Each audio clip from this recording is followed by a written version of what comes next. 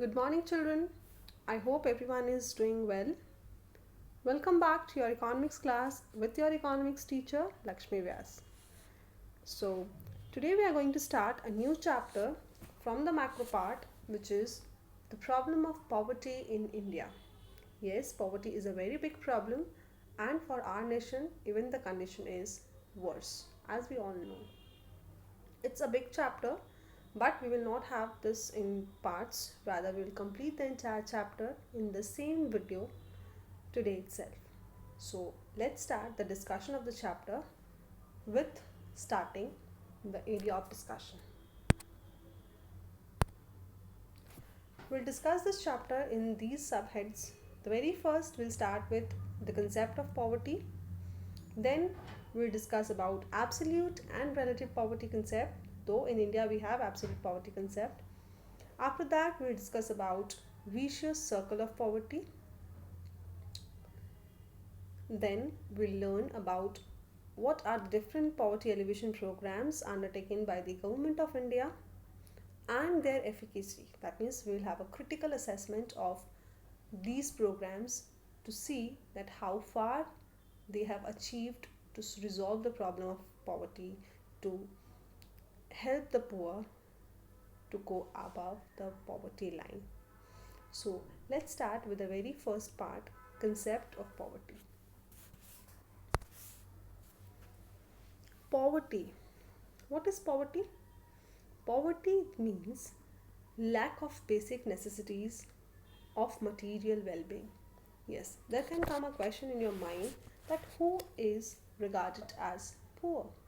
The persons who cannot undertake the consumption expenditure required for the minimum calorie intake as fixed by the planning commission, which fall below the poverty line, are called poor. Yes, there are two concepts of poverty, absolute poverty and relative poverty.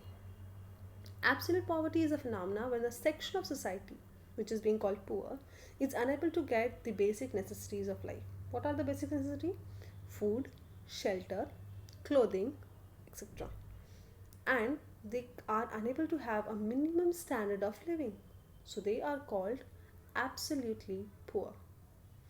On the other hand, relative poverty is another concept, which means when the income needed for consumption expenditure of one section of a society is distinctively below the average income for of the society. How will you get that absolute poverty or relative poverty?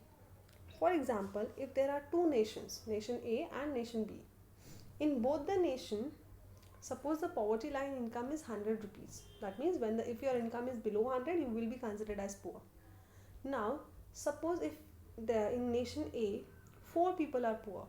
Their income is 70, 80, 90 and 95 respectively. So all 4 will be considered as poor because they all are having less than 900 income. And suppose in nation B, again 4 people are poor and their income is 30, 40, 50, 60 respectively. They will also be considered as poor because their income is below 100. Now, if I see the absolute poverty concept, then both the nation have 4 people below poverty line, so the poverty level is same.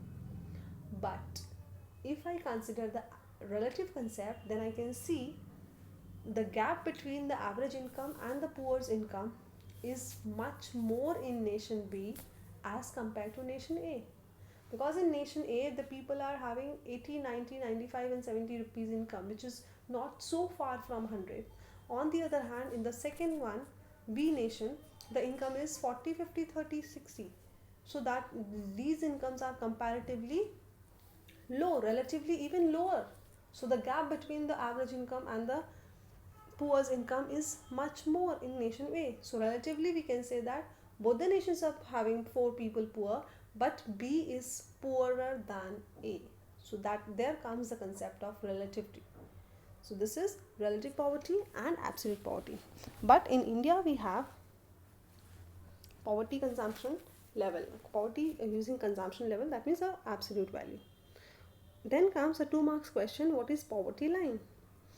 poverty line is defined as the cutoff level of per capita consumption expenditure per month, which is just sufficient to maintain the minimum standard of living.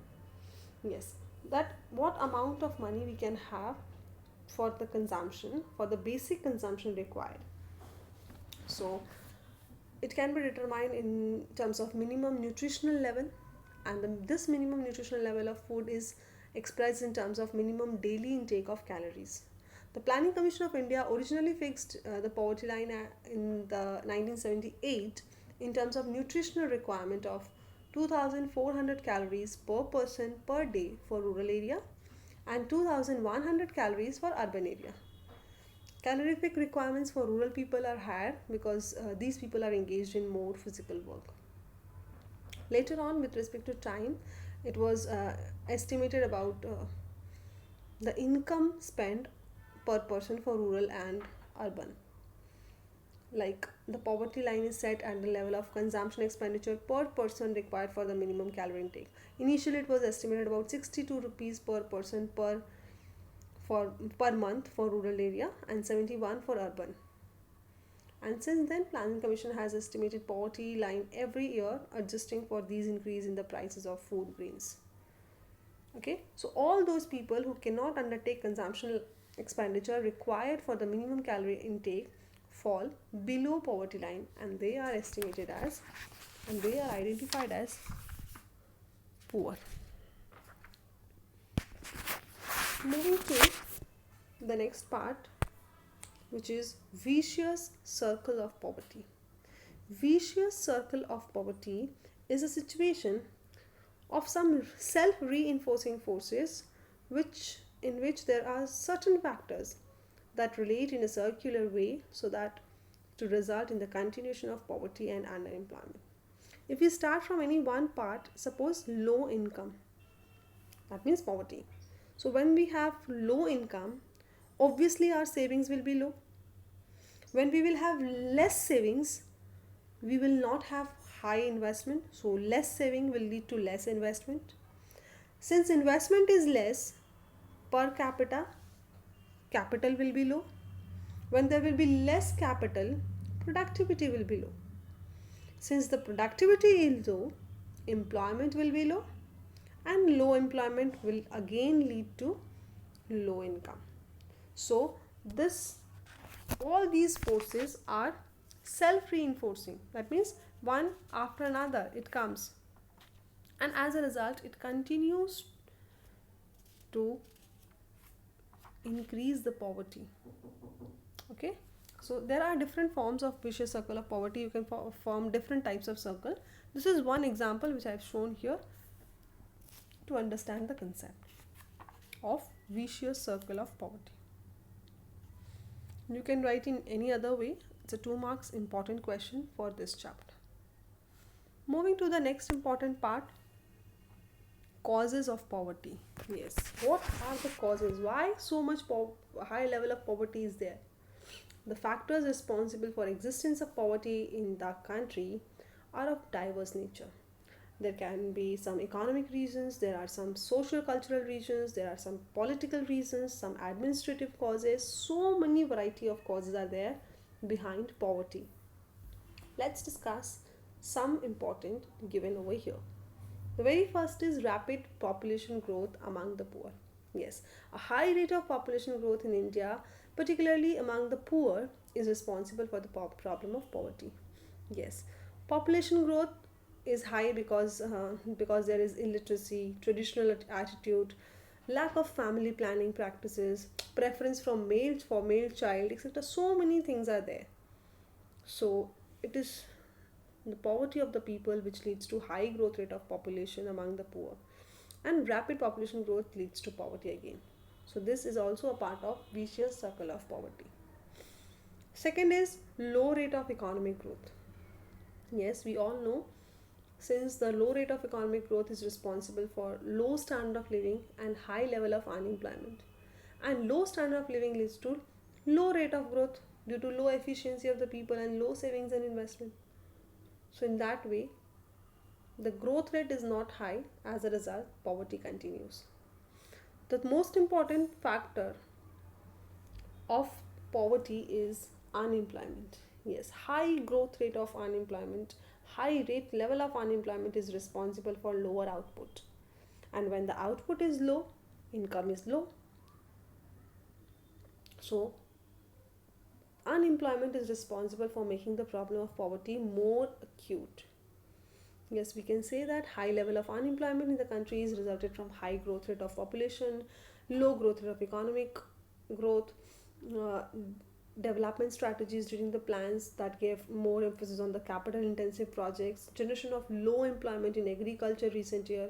So we know that efforts have been made to promote the small and cottage industry so as to generate the unemployment, but the growth of these industry has not been sufficient to absorb the backlog of unemployed and additional labor force resulting from the increase in the population. So that is how unemployment is making the condition even worse.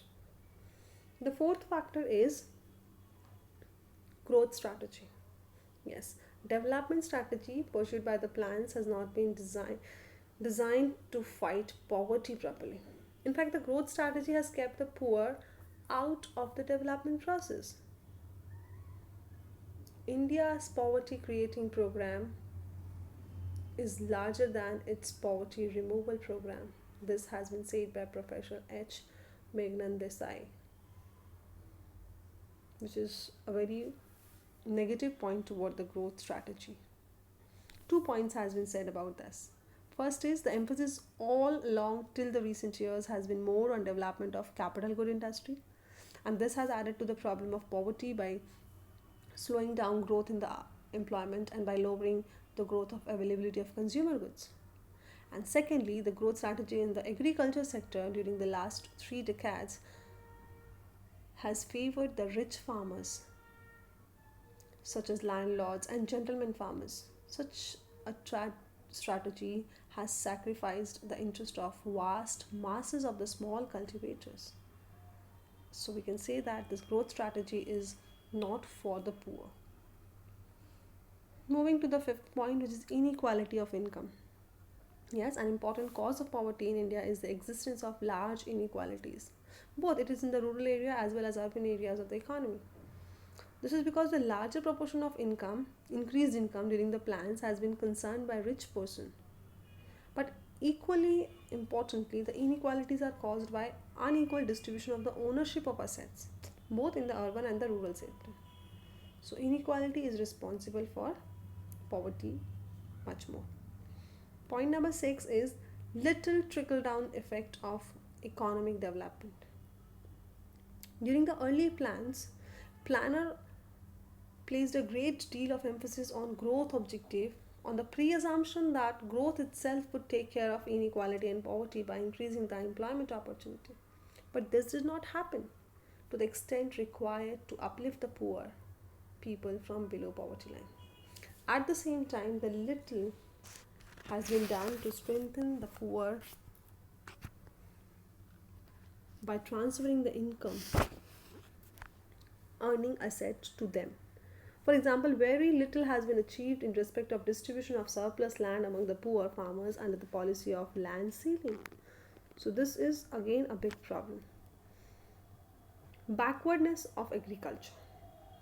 Agriculture in India continued to be backward due to the use of primitive and less efficient techniques of production and lack of adequate inputs such as water, fertilizer, pesticides, and high yielding variety seeds. And as a result, labor and land productivity continued to be low in India. Consequently, most of the farmers live in state of poverty. Unequal distribution of land holding and failure of land reform also have added up poverty in rural areas. The next reason is inadequate anti-poverty measures. We will discuss these after the measurement measures and their critical analysis. But still here we can say that the limited success of poverty alleviation programs is to a considerable extent due to faulty administration, inefficient implementing staff, undue procedure delays, lack of monitoring machines, and lack of proper follow up. All these sums up to have a negative impact on the poverty alleviation measure. Next is low level of education. Yes, it is another major cause of poverty. Poor people are illiterate or semi educated, and therefore they can join low paid jobs only. This explains the low level of income among the poor. And moreover, poor parents are not able to provide higher education to their children. So, consequently, lower incomes are perpetuated over the years. Number 10 is inflationary rise in price. Steep and continuous rise in the price, particularly of essential commodities, had added to the miseries of the poor. Sharp rise in the prices has led to fall in the real income and fixed and low income earners. This has led to fall in their purchasing power and a lower standard of living. Since the prices are rising, poor are becoming poorer, and that is not affecting the rich much. Socio-cultural factors are again important. Socio-culture of our country is characterized by outdated institutions of caste system. Ranks of the poor comprise people belonging to low caste and tribal groups. They are not only poor, but they are also deprived of various privileges. They are the weakest section of the society. They are the discriminated against in various ways, particularly in the rural areas. They have limited access to higher education and positions of economic and political power in the society. They suffer not only from economic but also from the social and political disabilities. Chances of the vertical mobility are rather limited. Therefore, poverty tends to perpetuate. The last one is political factors. What are the political factors? They are also influencing the poverty level. Political powers is concentrated in the hands of upper strata of the society, both in the rural and the urban areas. There is domination of high caste people, even in the level of village panchayat. Economic policies are formulated to promote the interest of this richer section of the society, industrialists, traders, landlords, and rich farmers. Poor people, particularly poor farmers, landless laborers, tribal people, slum dwellers, etc., are sufferers in this process. So, hence, we can say that there are many reasons, many causes of poverty in India. Moving to the next part, which is the poverty elevation programs. Yes, poverty is a great curse. It needs to be removed not only on ethical and humanitarian consideration but also on economic grounds. The entire gamut of economic development would be meaningless unless the benefit of growth reaches the mass. So, poverty elevation and uplifting the standard of living of the mass have been the important objective of planning in India. So, the main measures undertaken by the government of India for the removal of poverty are discussed here. The very first program which we are going to discuss here is Gram Samriddhi Yojana. Jawahar Gram Samriddhi Yojana was introduced in April 1999 by restructuring the Jawahar Rojgar Yojana. The two main objectives were to create the durable, productive community assets.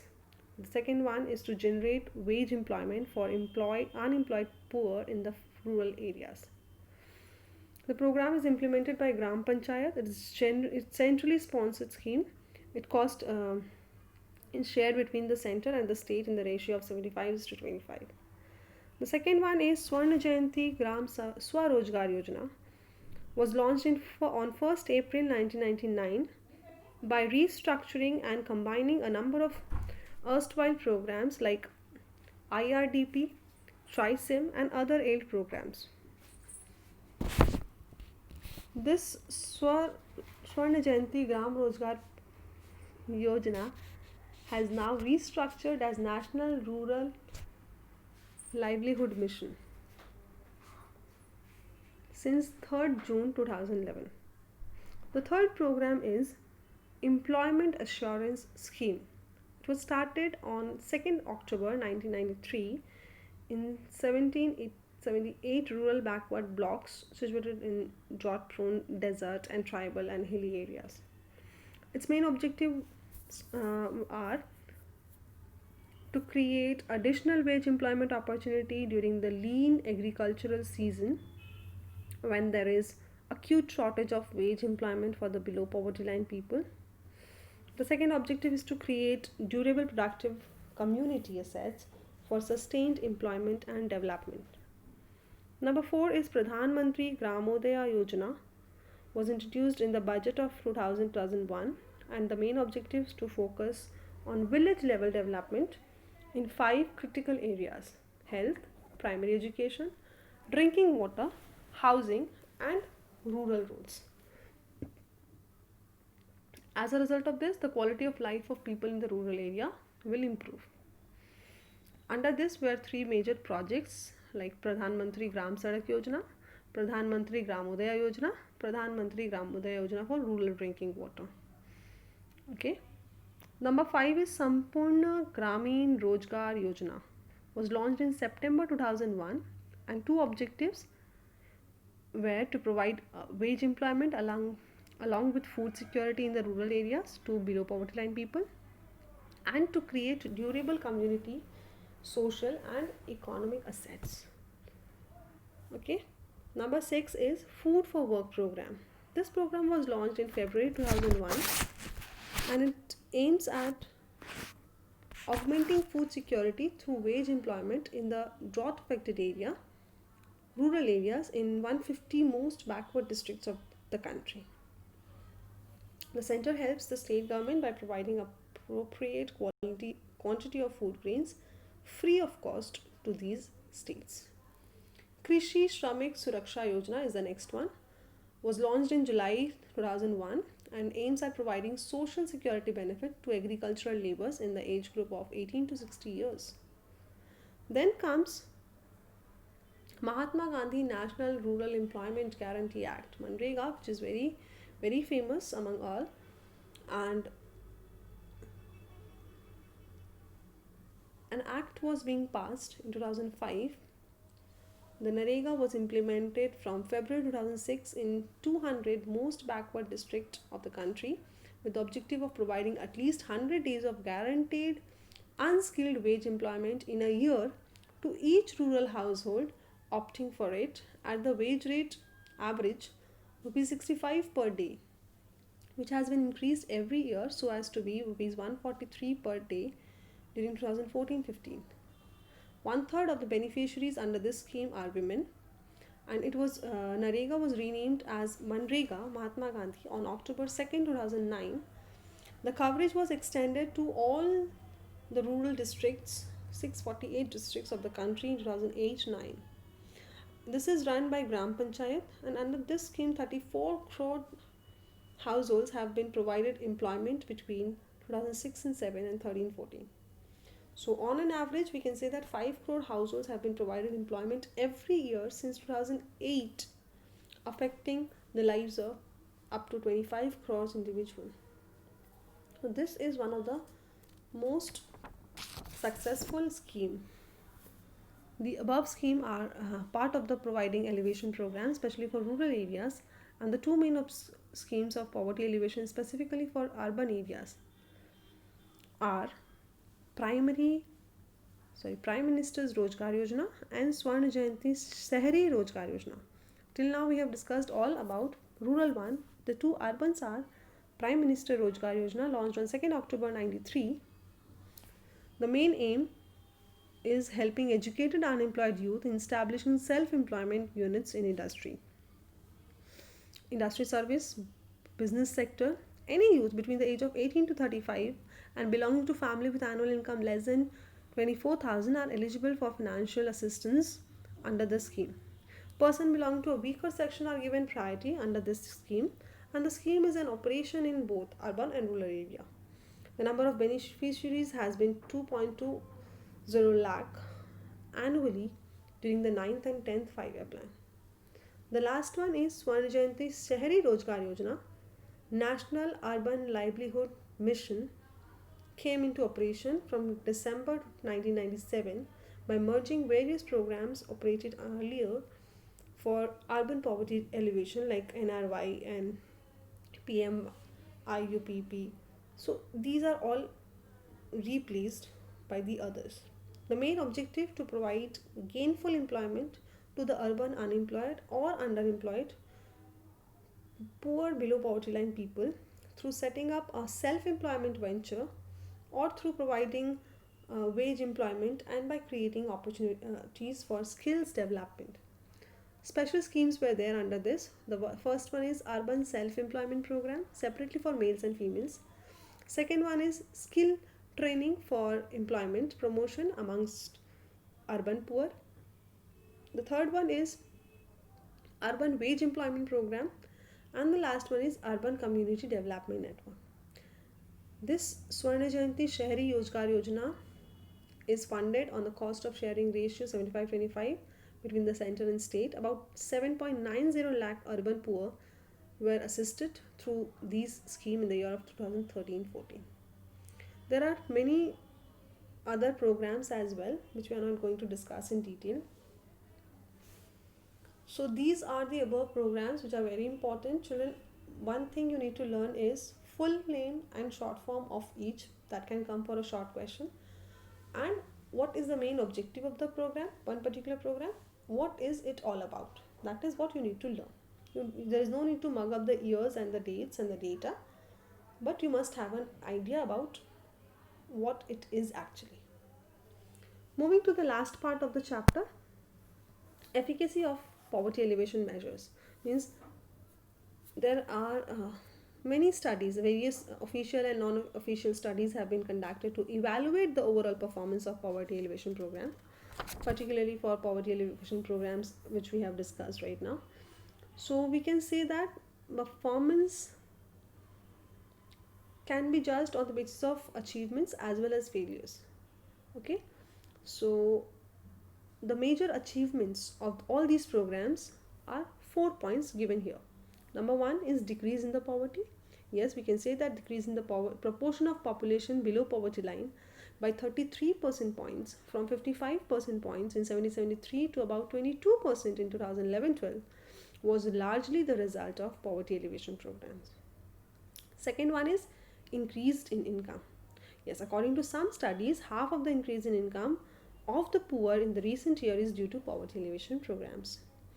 The third one is higher wages. Yes, one of the important impact of these programs is that it has led to increase in the wage in the areas of their operation, particularly in the backward region in recent years. So that is a very good point. And the last is improvement in the nutritional level. Yes, the nutritional level of the poorest has improved because of the various schemes provided by the government. Now, however, these programs have met with a limited success despite huge amount of money being spent on the poverty alleviation programs, because increase in the income, employment and asset formulation has been much below the expectation. Now, some of the important causes for such a limited success are given here. First is unsatisfactory administration. Yes, the administration of these programs has been far from satisfactory because implementing staff is mostly inefficient. There is complex procedure requirement in implementing of these. Monitoring machines are not there. There is no follow-up actions and so on. Second is unsatisfactory performance of the supporting institutions like credit marketing facilities not properly available. Leakage is there. Yes, many times definition of a poor has been vague and unscientific. So as a consequence, the large number of non-poor also took the advantage of these schemes. So that is because of corruption and inefficiency in the management. Neglect of remote areas, like poor from the remote areas have been neglected due to the lack of accessibility and ignorance. Defective strategy. Yes, on many scores we can say that the strategies are effective. Like first, the strategy has not taken note of the need of the attacking exploitative agencies in the rural areas. Secondly, we can say that the strategy of poverty alleviation has attempt to eradicate poverty by making a direct attack on the poverty. So what is needed is the modification of the overall functioning of the economy, since poverty is the outcome of the way economy functions. Third The strategy does not recognize the fact that the poor are not able to take advantage of the benefits of the poverty alleviation programs because there is lack of skill, stamina, and initiative. Another problem of poverty alleviation program is that they are disjointed. Yes, both the policy level and as well as the implementation stage. There is no joint. Lack of people's participation is again a major problem. There is need of generation involvement in masses in these programs. Revitalization of Panchayati Raj institution in the poverty alleviation program is a step in the right direction. So there is little consultation with local communities in general and target group in a particular in deciding and implementing various schemes of programs. So that is again a bad one.